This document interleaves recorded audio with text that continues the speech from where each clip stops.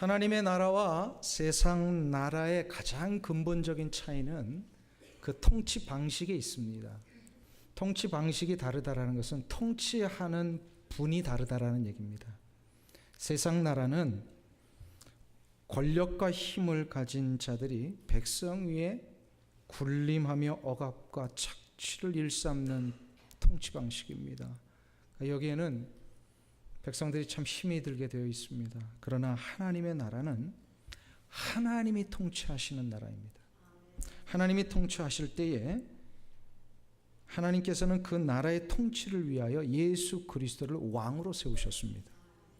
예수 그리스도가 왕으로 통치하시는 한 그 나라는 예수님의 생명의 역사가 보장됩니다. 이걸 가르쳐 주시기 위하여서 오늘 본문 28절에서 지금 예수님이 왕이시다라고 하는 것을 우리 가운데 보여주고 계십니다. 우리 한번 28절을 다시 보실까요? 28절 말씀 같이 우리 한 목소리로 합독합니다. 진실로 너희에게 이르노니 여기 섰는 사람 중에 죽기 전에 인자가 그 왕권을 가지고 오는 것을 볼 자들도 있느니라. 아멘. 지금 이 하나님의 나라가 무엇인지, 그리고 그 나라를 다스리시는 왕으로서 예수님이 누구이신지를 가르쳐 주시는 본문이에요. 근데 오늘 본문에서 아주 중요한 단어를 우리가 한번 다시 살펴야 됩니다. 예수님께서 지금 그 왕권을 가지고 오시는 분이시다. 당신 스스로 이렇게 표현하셨어요.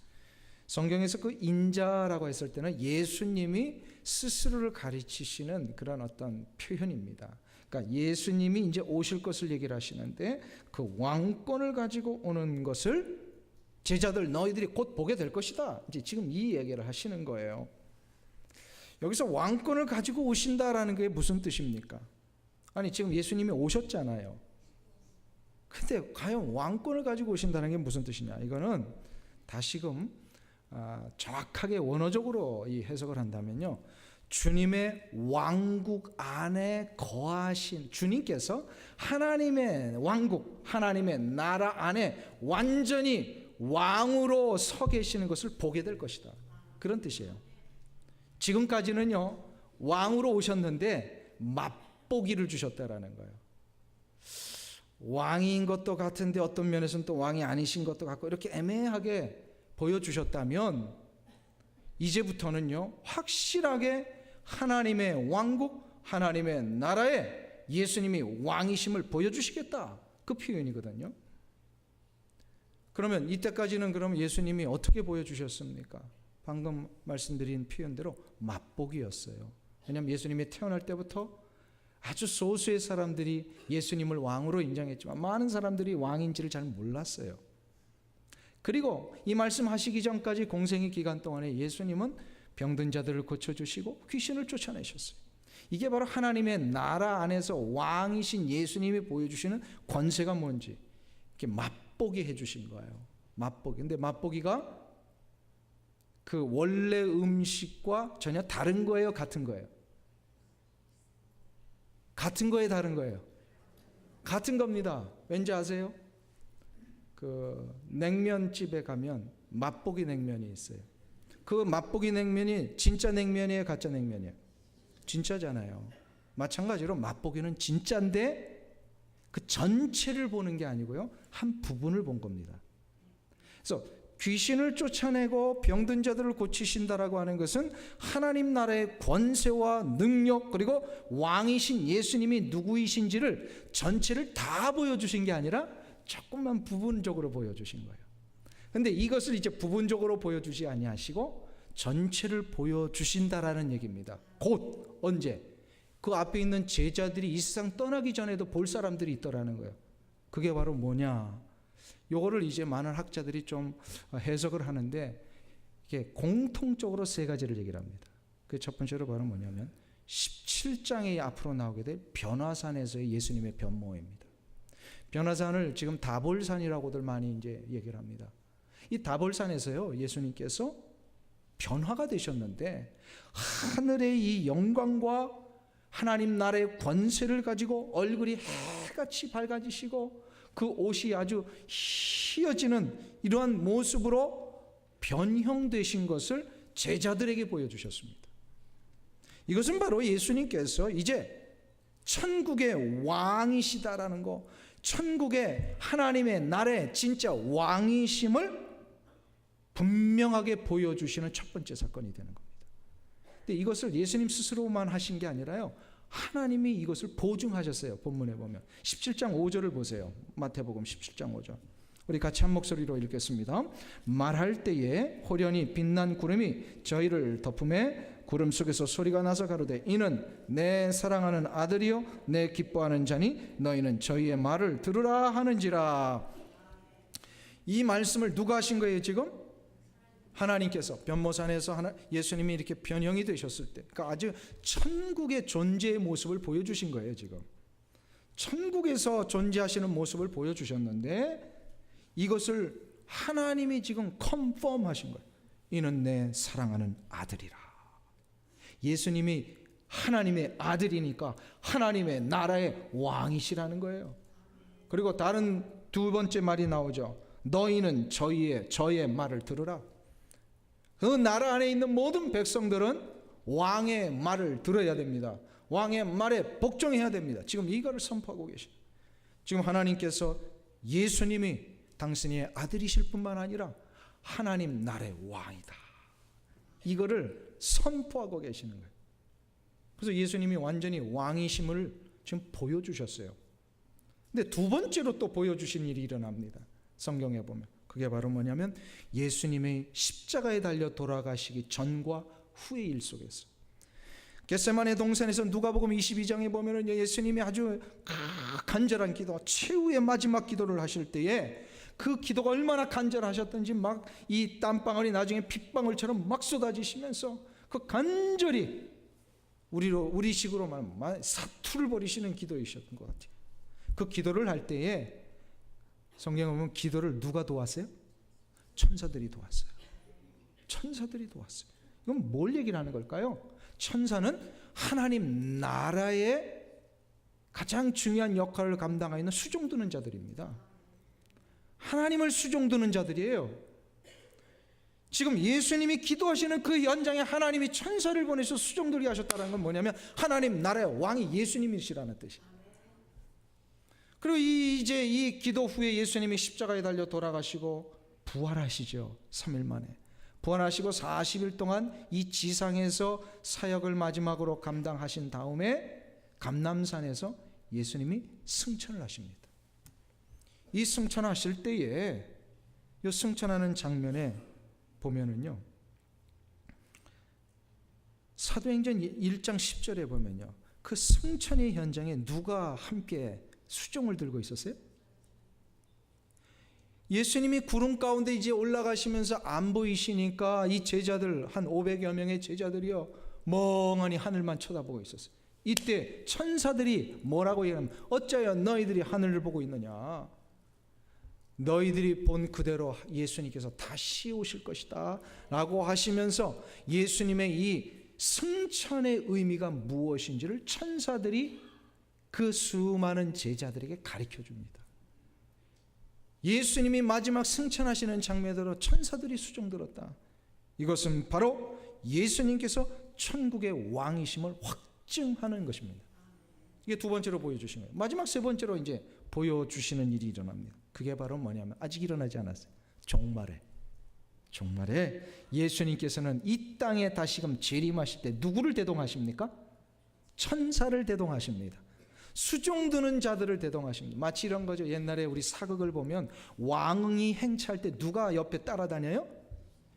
신하들, 시녀들 이게 다 따라다니는 거예요. 그걸 얘기를 하는 거예요. 지금 왕이신 예수님은요, 하나님의 나라의 신하여 하나님의 시녀들인 천사들이 늘 대동하고 다닌다는 거예요.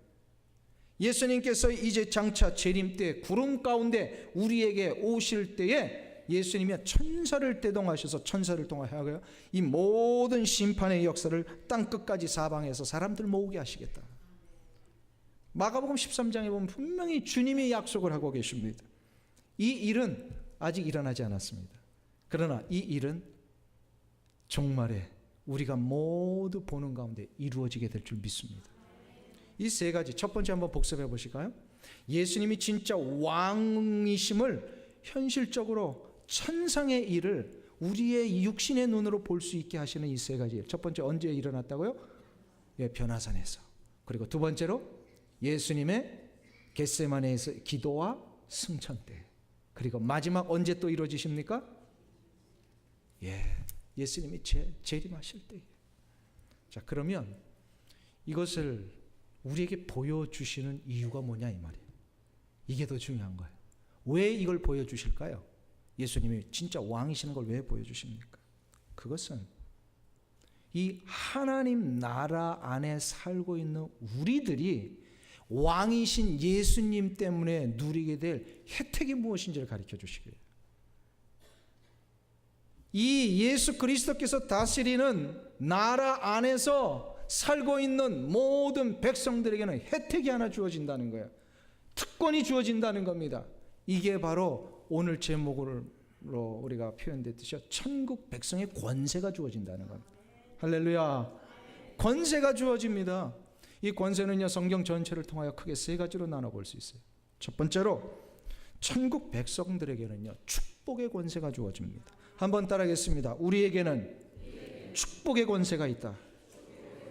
축복의 권세가 주어져. 이것은 왕이신 예수 그리스도 때문에 우리가 얻게 되는 이 신분의 변화 때문에 주어지는 축복입니다. 예수를 믿음으로 인하여 변화되는 신분이 생깁니다. 그거를 베드로 사도는 베드로전서 2장 9절에서 이렇게 말씀합니다. 우리 한번 찾아보실까요? 베드로전서 2장 9절.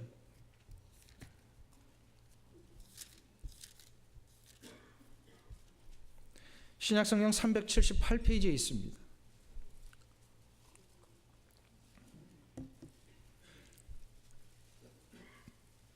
베드로전서 2장 9절, 신약성경 378페이지, 우리 2장 9절을 같이 한 목소리로 합독하겠습니다. 오직 너희는 택하신 족속이요 왕같은 제사장이요 거룩한 나라요 그의 소유된 백성이니 이는 너희를 어두운 데서 불러내어 그의 기이한 빛에 들어가게 하신 자의 아름다운 덕을 선전하게 하려 하심이니라. 할렐루야. 자, 보세요. 베드로 사도가 지금 우리 성도들이 예수 그리스도를 믿어 천국 백성이 됨으로 인해서 얻은 신분의 축복이 있다. 그게 여러 가지로 이렇게 쭉 이렇게 설명을 합니다. 이게 원래 같은 얘기인데 좀 나눠서 설명을 한 거예요. 그게 바로 첫 번째로 우리는 하나님의 택하신 족속이 되었다. 그리고 두 번째로 우리는 왕 같은 제사장이 되었다. 세 번째로 거룩한 나라가 되었다. 마지막으로 하나님의 소유된 백성이 되었다. 근데 이 모든 것을 다 원래는 한 가지 얘기거든요. 다 종합해서 하나를 딱 이 단어, 제일 중요한 단어를 우리 든다면 왕 같은 제사장입니다. 왕 같은 제사장이 되었다라는 게 우리가 믿습니까? 여러분이요 누구냐면요 왕 같은 제사장이라는 거예요. 할렐루야. 이 왕 같은 제사장이 되었다는 게 무슨 뜻일까요? 왕 같은 제사장. 정확하게 이거를 해석해야 되는데 조금 번역을 좀 다시 할 필요가 있어요. 왕 같은 제사장이 아니라 왕국의 제사장입니다. 더 정확하게 표현하면 즉 하나님 왕국, 하나님 나라의 제사장이 되었다, 그런 뜻이에요. 누가요? 우리가. 성도는 하나님 나라, 하나님의 왕국의 제사장입니다. 제사장에게는요 주어진 특권이 있어요. 뭔지 아세요? 구약에서부터 나오는 제사장은요 두 가지 두 가지 권세가 있어요. 제사장이 가장 해야 할 중요한 역할이 뭐죠? 예, 제사드리는데 제사의 가장 중요한 목적이 뭐예요? 죄를 용서하는 거예요. 죄 지은 자들이 하나님 앞에 직접 나가지 못하니까 어떻게 해요? 제사장에게 대신 이 죄 용서함을 요청합니다. 그러면 제사장은 그들의 죄를 짐승의 머리를 손을 잡고 그 전가를 시켜요. 그 뿔을 잡고 기도를 하잖아요. 그러면은 그 죄가 그 짐승에게로 전가됩니다. 그래서 이 짐승에게 전가된 이 제물들을 잡아서 불살름으로 인하여서 하나님 앞에 죄 용서함의 속죄 제사를 드리는 것, 이게 바로 제사장의 역할이에요. 제사장의 역할.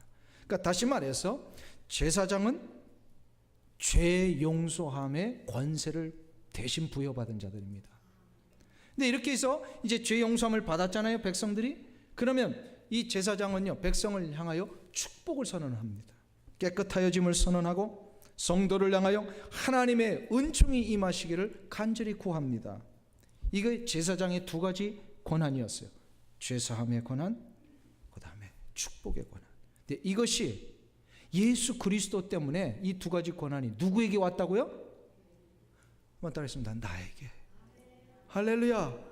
나에게 왔어요.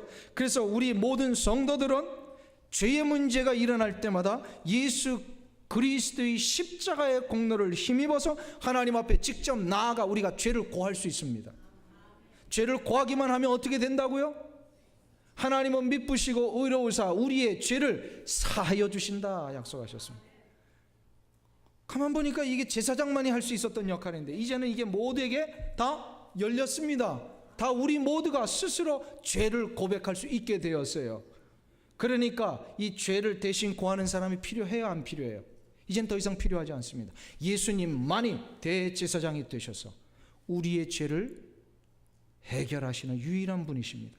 그러니까 이제 성도들이 이 죄사함의 권한을 우리 스스로 받아서 하나님 앞에 직접 나아간다는 거예요.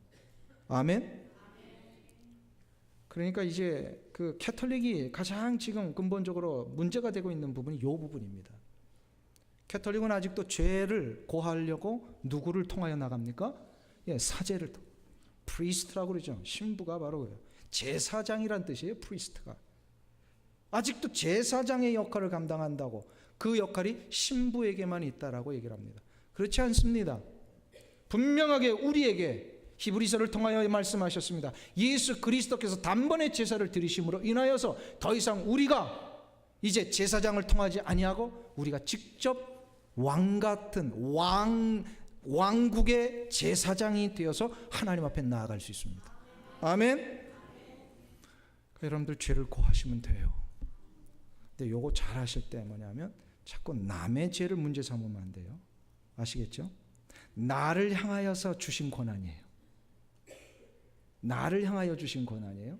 그리고 나서 이제 제사장이 두 번째 권한이 뭐라 그랬어요? 축복의 권한이라 그랬어요. 하나님께서 우리에게 그리스도 안에서 거듭나 구원받은 백성이 된 자들에게는 이제 왕국의 제사장이 되게 하셨을 뿐만 아니라 다른 이들을 향하여 복을 빌 수 있는 권세를 주셨습니다. 이것을 베드로전서 3장 8절에 보면 이렇게 되어 있습니다. 한번 우리 조금만 더 뒤로 가보세요. 베드로전서 3장 8절에서 12절까지 그걸 이야기하십니다.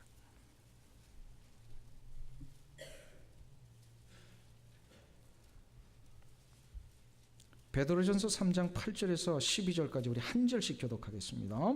제가 먼저 읽습니다. 마지막으로 말하노니 너희가 마음을 같이하여 치율하며 형제를 사랑하며 불쌍히 여기며 겸손하며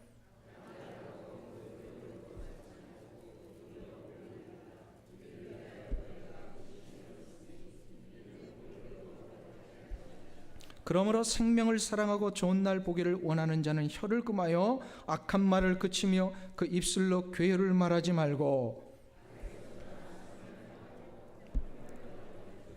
같이 읽습니다. 주의 눈은 의인을 향하시고 그의 귀는 저의 간구에 기울이시되 주의 낯은 악행하는 자들을 향하시느니라 하였느니라.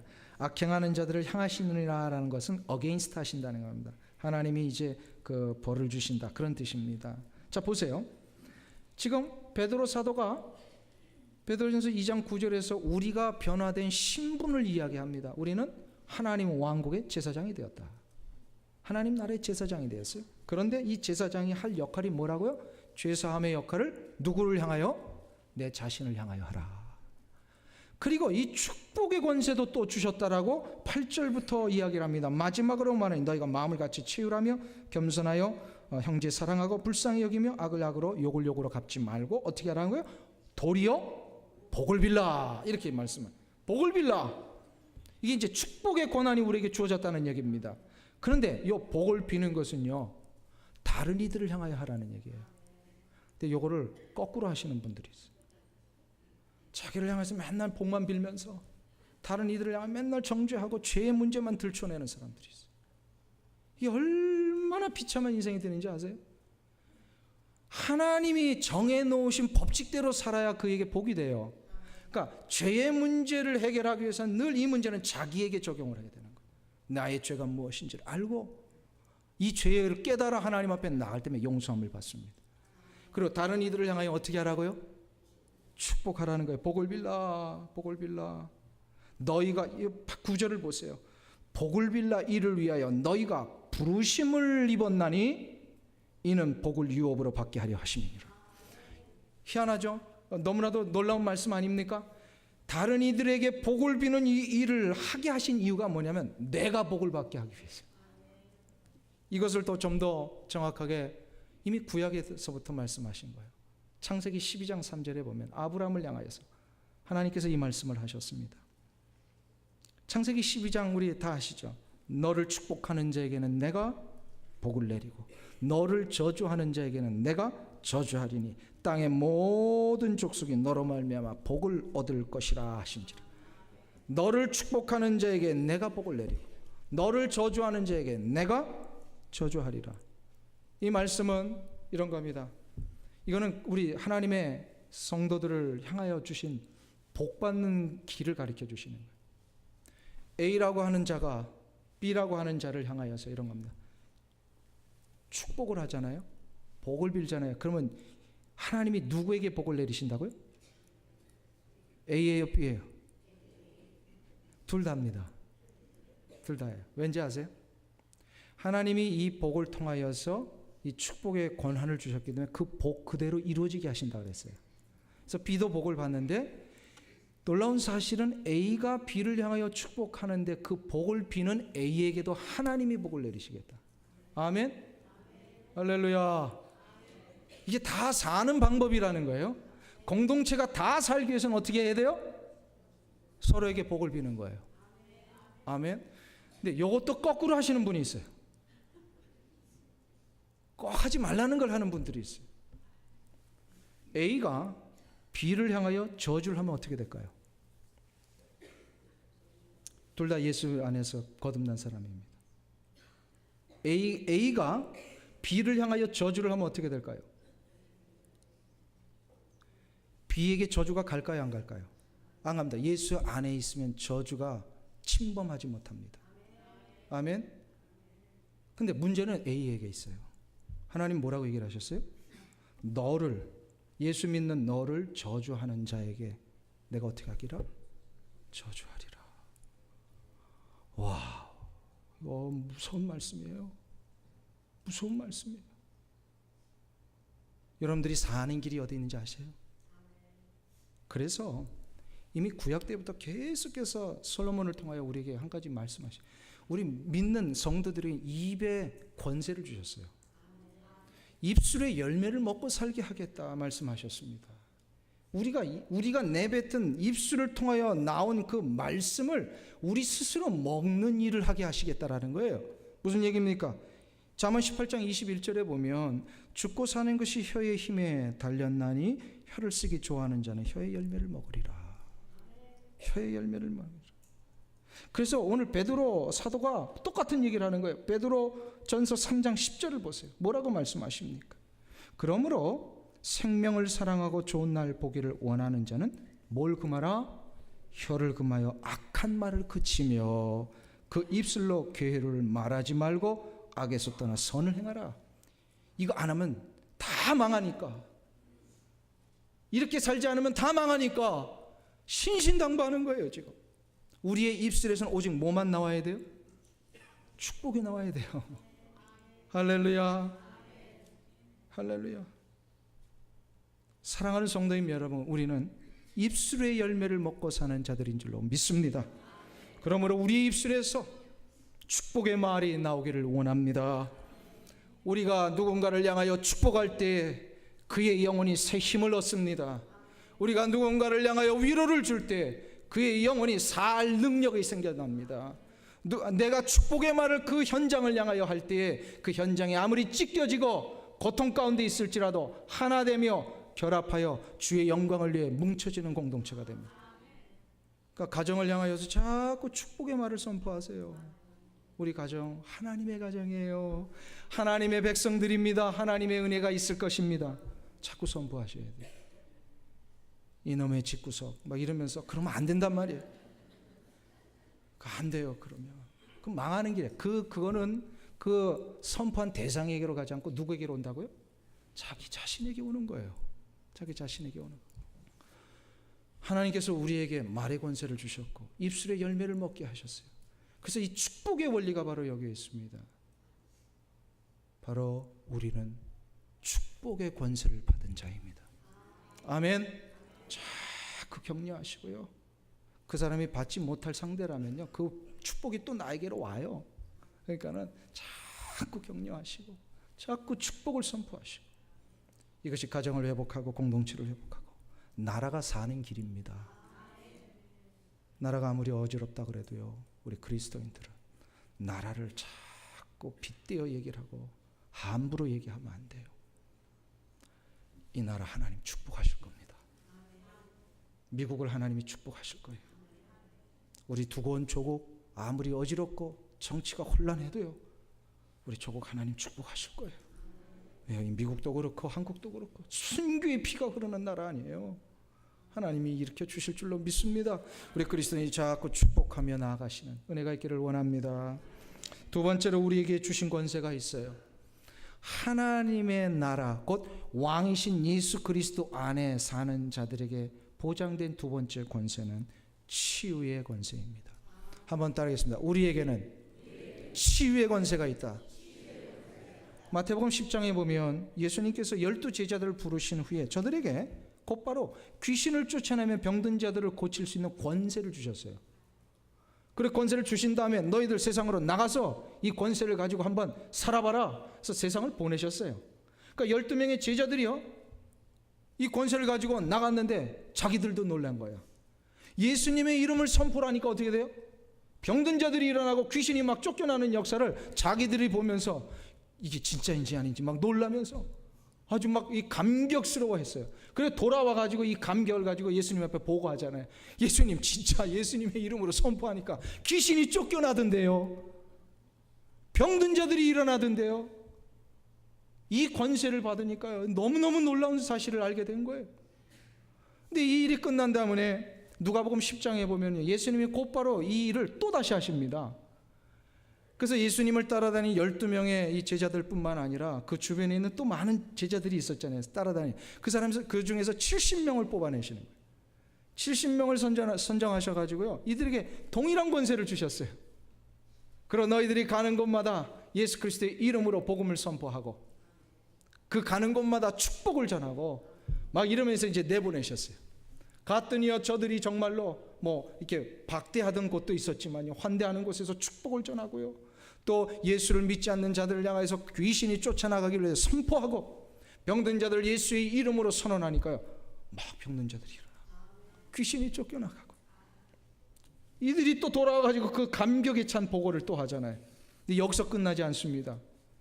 이 권세가요, 예수님의 부활 승천에 또다시 이루어집니다. 사도행전 1장에 보면 예수님이 부활 승천하고 너희들이 그 성령이 오실 때까지 예루살렘 떠나지 말라 명령하시잖아요. 그래서 저들이 예수님 부활 승천하신 다음에 이 마가 요한 다락방에서 열심히 기도할 때에 정말로 성령께서 강림을 하셔요. 저들이 성령의 능력을 힘입어 이 권세를 받으니까요, 초대교회 성도들이 어떻게 되죠? 가는 곳마다 안진뱅이가 일어나고 눈먼 자가 보게 되고 귀신이 쫓겨나가고 하나님의 거룩하신 나라가 막 확장되는 것을 보게 되는 거예요. 이것을 통하여 우리에게 주시는 교훈이 하나 있습니다. 뭘까요? 이거는 이 귀신이 쫓겨나가고 병든 자들이 일어나는 이 치유의 권세가 바로 예수 그리스도 안에 통치를 받는 모든 성도들에게 주어진다는 겁니다. 이 권세가 지금 이 자리에 앉아 계신 여러분에게 주어진 줄로 믿습니다. 우리 자체는 어떤 능력도 없어요. 한번 보세요. 내 능력 가지고 무슨 병든 자를 일으킵니까? 우리 자체의 힘으로는 귀신과 싸울 이길 재간이 없습니다. 그러나 하나님의 나라의 왕이신 예수님께서 그 이름의 권세를 우리에게 부여해 주셨으니까, 그 이름의 권세를 붙들고 나가는 거예요. 성령께서 도우십니다. 예수의 이름을 선포하고 성령을 의지하여 나가는 자마다 병든 자들이 고침을 받고 귀신이 쫓겨나가고 갈라지고 찢겨진 상황이 해결되고, 예수님의 이름을 가지고 나가는 자들마다 지치고 상한 영혼들이 다시 한번 일어나는 그 놀라운 역사들이 일어날 줄로 믿습니다. 글쎄요, 이 권세를 가진 자가 진짜 가면요, 그분만 오면은요 기뻐요. 그분만 오면은요 사람들이 쫙 좋아해. 근데 이 권세 없이 그냥 인간적인 생각으로 가잖아요. 한번 보세요. 그분만 오면 피곤해. 그 사람만 오면 자꾸 말이 그냥 분열이 되고, 사람들이 거칠어지고 부정적이 되고 이렇게 된단 말이에요. 왜 그럴까요? 예수 그리스도의 이 생명의 권세를 받지 못하면 다 그렇게 돼버린단 말이에요. 예수 그리스도께서 우리에게 보장하신 생명의 권세가 있습니다. 성령의 능력을 힘입어 이 권세를 가지고 나가는 자마다 생명의 역사를 일으켜. 생명의 역사 가는 곳마다 여기서 그분 때문에 모든 사람들이 막 하나가 되고. 야고보 사도가 그래서요, 야고보서 5장에 보면은요 우리에게 이렇게 합니다. 할 수만 있다면 같이 모여서요 이 치유를 위해 기도하라. 야고보서 5장을 한번 보실까요? 바로 베드로전서 그 전에 있습니다. 야고보서 5장 14절부터 16절입니다.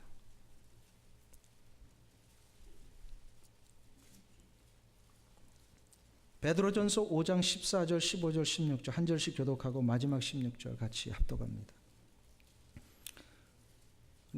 한참 넘기시면 못 찾으세요. 그 베드로전서 한 2장만 앞으로 가시면 되는데, 예, 거기 예, 베드로전서 야고보서가 바로 전에 있어요. 네. 예. 야고보서 5장 14절 제가 먼저 읽습니다. 너희 중에 병든 자가 있느냐? 저는 교회 장로들을 청할 것이요 그들은 주의 이름으로 기름을 바르며 위하여 기도할지니라.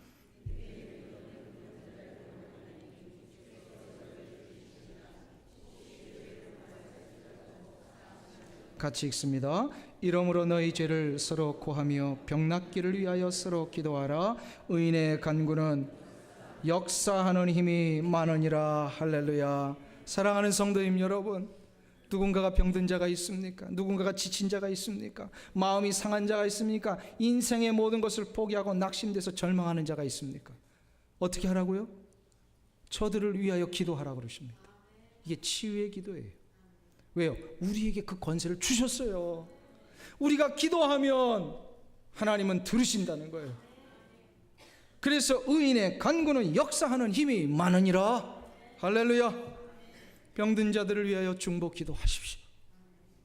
누군가가 아파하는 자들, 누군가가 절망 가운데 있는 자들을 위하여 간절히 기도해 주세요. 그 기도 자체가 치유의 은사예요. 그냥 뭐 손 얹고 기도한다고 일어나는 그 정도가 아니에요. 이거는 기도 자체가 치유의 능력이에요. 하나님의 역사하신 거예요. 지난 성지순례 때 갈릴리 호수에 이제 가자마자 짐만 풀고요, 그냥 갈릴리 호수 선상으로 올라갔어요. 배를 하나 빌려가지고 한 40여 명이 들어갈 수 있는 배였어요. 선상에서 미리 예약을 해놨어요. 우리가 가면은 여기서 예배를 드리고 성찬식을 하겠습니다.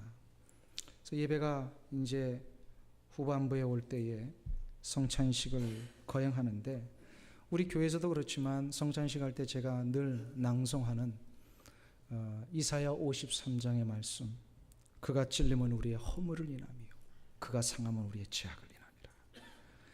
그가 징계를 받음으로 우리가 평화를 누리고 우리가 지치게 맞음으로 나음을 입었도다. 이 말씀을 우리 성찬식 할 때마다 제가 늘 낭송하니까 그날도 배 선상에서 낭송을 했어요. 암송하고 외쳤던 이 말씀인데, 근데 이상하게 그날 성찬식만큼은요 그 말씀이 제 마음속에서 자꾸 더 강하게 외쳐지는 거예요. 왜 그럴까? 이 말씀을 왜 자꾸 나에게 주실까? 그러면서 성찬식이 거의 끝날 무렵에 찬송을 부르는데 한 가지 생각을 주셨어요. 하나님께서 이 자리에서 함께 기도함으로 치유의 역사를 일으키시려고 하는 게 아닐까, 그런 생각이 자꾸 드는 거예요. 생각이 아주 좋고 거룩한 쪽으로 생각이 들 때는 어떻게 하라? 그쪽으로 가라. 예. 주님의 나라를 위해 할까 말까 할 때는 어떻게 하라? 뭘 선택하는 거예요? 할까로 선택하는 거예요. 이게 이제 그 영적인 지혜인데요. 이 거룩한 일인데 자꾸 그 마음 주시니까, 열망을 주시니까 순종해야 되겠다. 그래서 제가 다 마치고 요청을 했어요.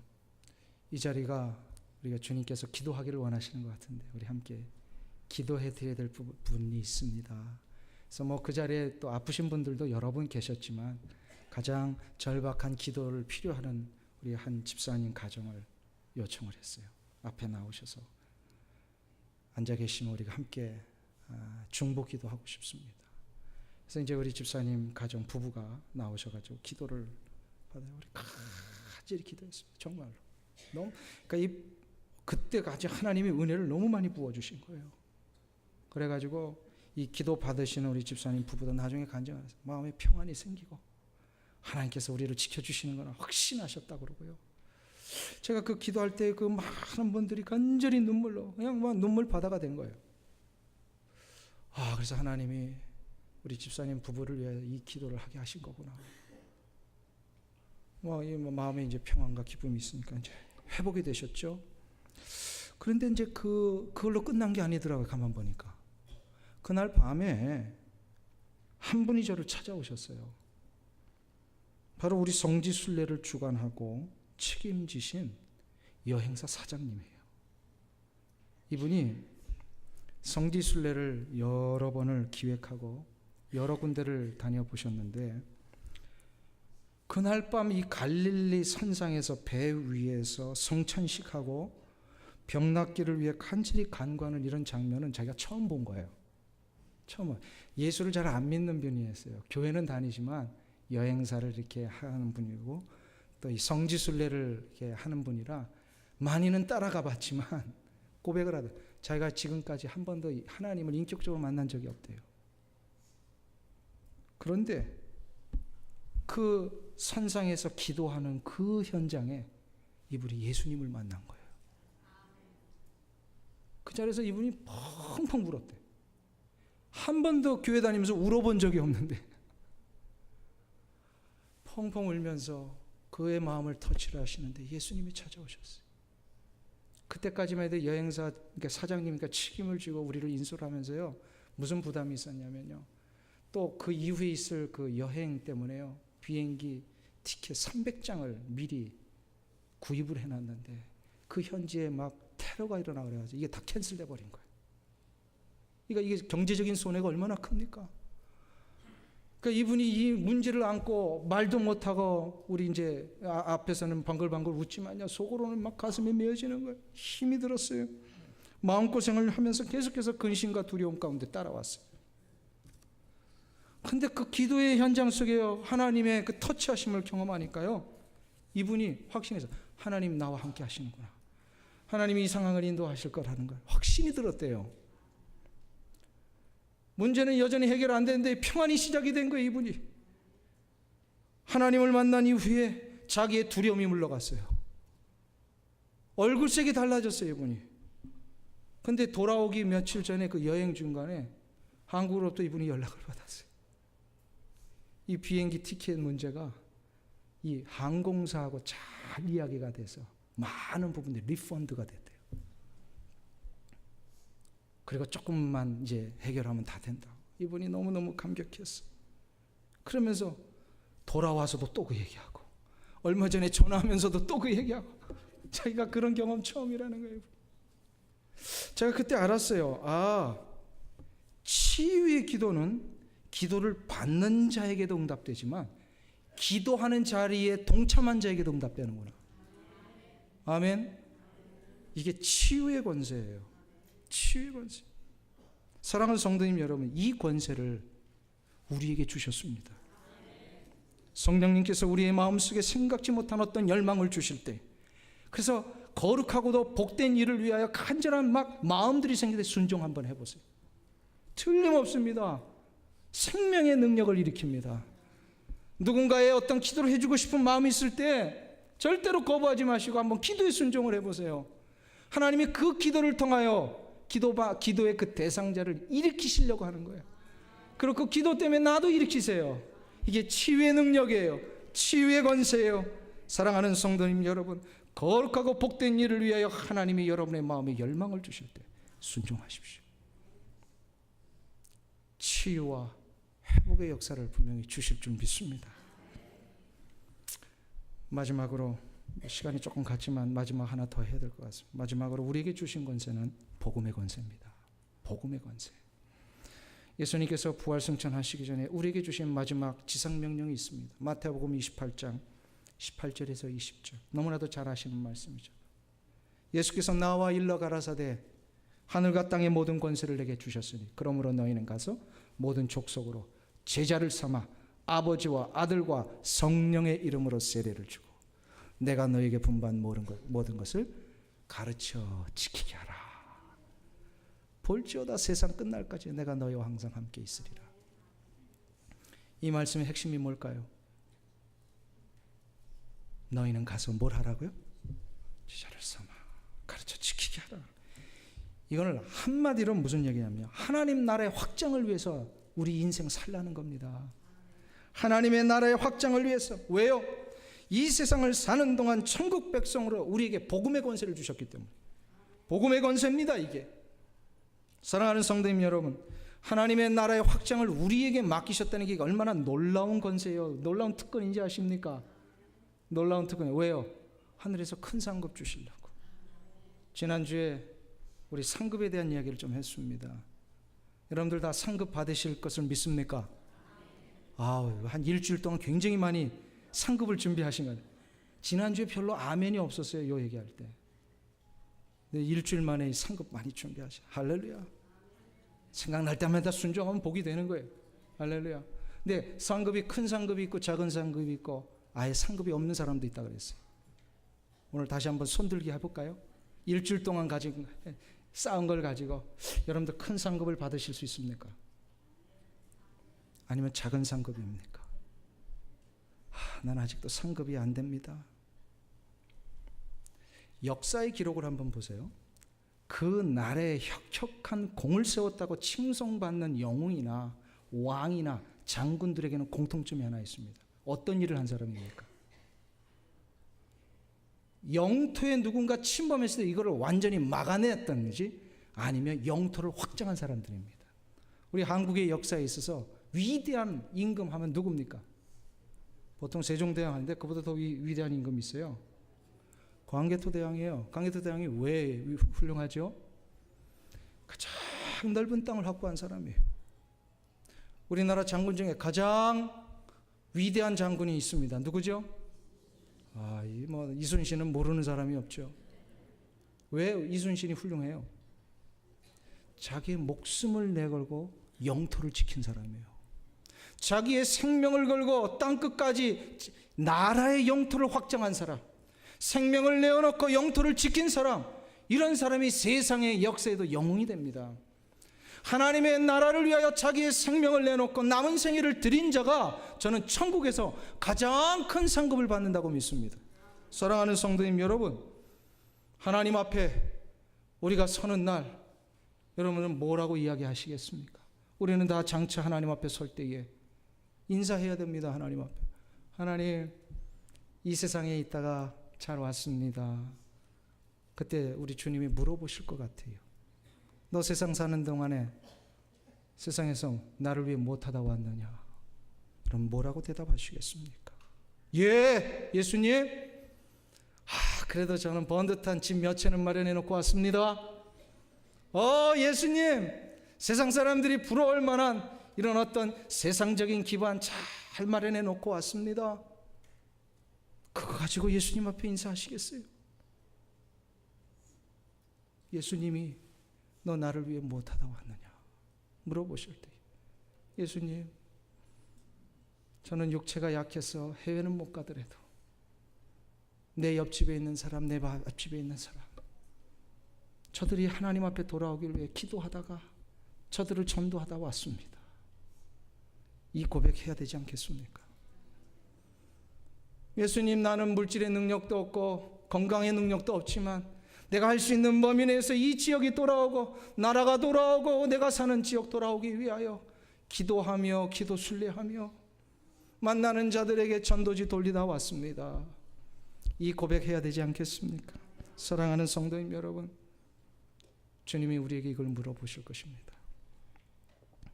어떤 분이 그러시더라고요. 지난주에 우리 교단 총회 갔는데 이제 총회에서 이 총회장 1년마다 이 취임식이 있습니다. 1년 동안 수고하신 총회장님이 나가시면서 저는 지는 해입니다 그러더라고요. 그러면서 새로 총회장 되시는 분, 저분이 뜨는 해입니다. 이 말 맞을까요? 틀릴까요?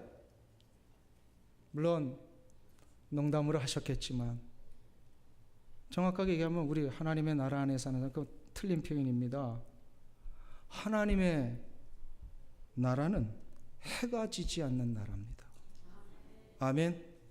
이 세상 끝나는 그날까지, 하나님이 나를 부르시는 그날까지 우리가 생명 다하여 하나님의 나라의 확장을 위해 쓰임 받다가 하나님 앞에 가야 합니다.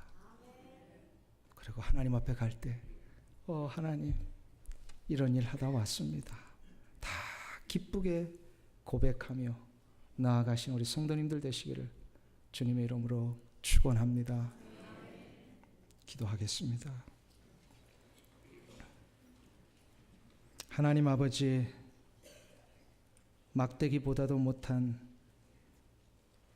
우리 같은 존재를 하나님의 나라의 백성 삼으시고 그 놀라우신 예수 그리스도의 왕 되심의 권세를 우리에게 부여해 주신 것 감사드립니다. 이제 우리가 남은 생에 우리 손에 붙들어 주신 이 놀라운 축복의 권세를 가지고 다른 이들을 축복하며 살겠습니다. 아프고 힘든 현장을 향하여 하나님 치유의 권세를 가지고 회복을 위하여 살겠습니다. 하나님, 내가 이 세상 사는 동안에 육체의 힘이 남아있는 한, 물질의 능력이 남아있는 한, 내가 사용할 시간이 있는 한 하나님의 거룩한 나라의 확장을 위하여 쓰임받고 주님 앞에 부름받기를 원합니다. 주님, 이 복음의 권세를 가지고 살 수 있게 하여 주시옵소서. 예수님의 이름으로 기도하옵나이다. 아멘.